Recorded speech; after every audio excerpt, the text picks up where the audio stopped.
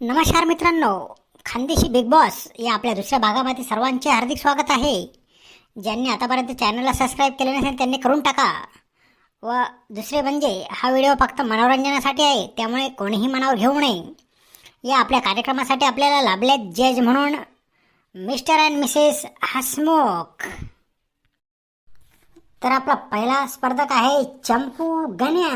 चंपू, नाव माझं चंपू, सगळ्यांना लावून धुतो मी शॅम्पू. तरी सर्वजण माझ्याकडे येतात, खबरी कानात सांगतात, गंमत म्हणून मला बघतात. राग कोणी मनात धरत नाही, मी पट्यारा झालो म्हणून हिरो बनलोय. आतापर्यंत कुठे कुठे पट्यारापणा केला. गावातलं एक बी विषय मी सोडला नाही. राजकारण, समाजकारण, लफडे, व्यवहार, घरातील संबंध, लग्नाविषयी, प्रेम प्रकरण एकही मी सोडलं नाही. आणि सगळ्या ठिकाणी इकडचं तिकडे करून पटारापणा करून मान बहुमान मिळवलाय. चला बसा जागेवर. आता दुसरे स्पर्धक आहे लंबू. लंबू टांग मारे. लंबू टांग मारे आमचं नाव नव्हे, आमच्या कर्माने मिळालेला तो पुरस्कार आहे. प्रत्येक गोष्टीत टांग मारतो म्हणून आम्हाला टांग मारे म्हणतात. आतापर्यंत कशा कशात टांग मारली ते जरा समजावून सांगा.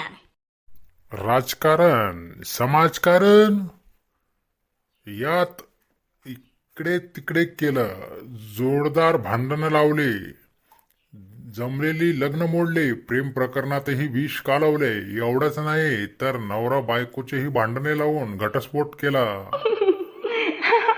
या महान कार्याबद्दल पारितोषिक काय मिळाले? 2-3 वेळा शरीराची चांगली मसाज झाली.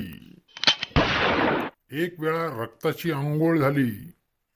आणि 3 ते 4 वेळा अंगाला चिऱ्या पडल्या व त्यांना 8-8, 10-10 टाके पडलेत. वा वा वा वा वा वा, बहुत खूप, बहुत खूप, बहुत खूप. या पुढचं ध्येय काय आहे? भीक मागे. नाही भेटली लाईन तर भीक मागतो आम्ही. भिकाजी नाव आमचं. भीक मागून लग्न केलंय, भीक मागून संसार जोडलाय, भीक मागून प्रेम केलं होतं, पण आता आमच्याकडे नाही, दुसऱ्याने हिसकावलंय. ते आम्ही मिळवणारच, तेही भीक मागू. वाटत नाही का? तो धंदा आहे आमचा, कशाला वाटेल काही. भविष्यात काय मानस आहे तुमचा? भविष्यात जर कोणी भीक नाही दिली आम्हाला तर चोऱ्या मारामाऱ्या करून पोट भरायचे ठरवले आहे आम्ही. पण याच्यात रिस्क आहे. रिस्क नाही घेतली तर लाईफ लाईन कट होईल. आपली कट होण्यापेक्षा केव्हाही दुसऱ्याची कट केलेली बरी. ते करीत असताना आपले झाले तर बरं, मरण आले तरी ते वीर मरण घेऊन आम्ही आनंदाने स्वर्गात जाऊ. जा बसा जागेवर. पुढचा स्पर्धक आहे कटुल्या. कटुल्या म्हणतात सगळे मला. टोचतो काट्यासारखे सर्वांना, तरी सर्वांना माझ्याशिवाय होत नाही. कटुल्या म्हणून सारं काही बोलतात, पण माझ्याचकडे येऊन इकडच्या तिकडच्या गप्पा मारून गुपित मला सांगतात.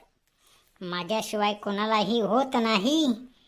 गावभर गमतीचा विषय म्हणून मी सगळ्यांच्या लक्षात राही.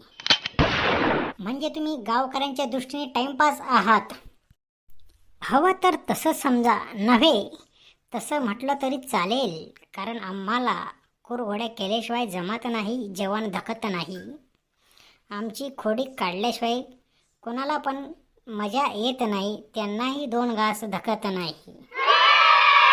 छान, बहुत छान.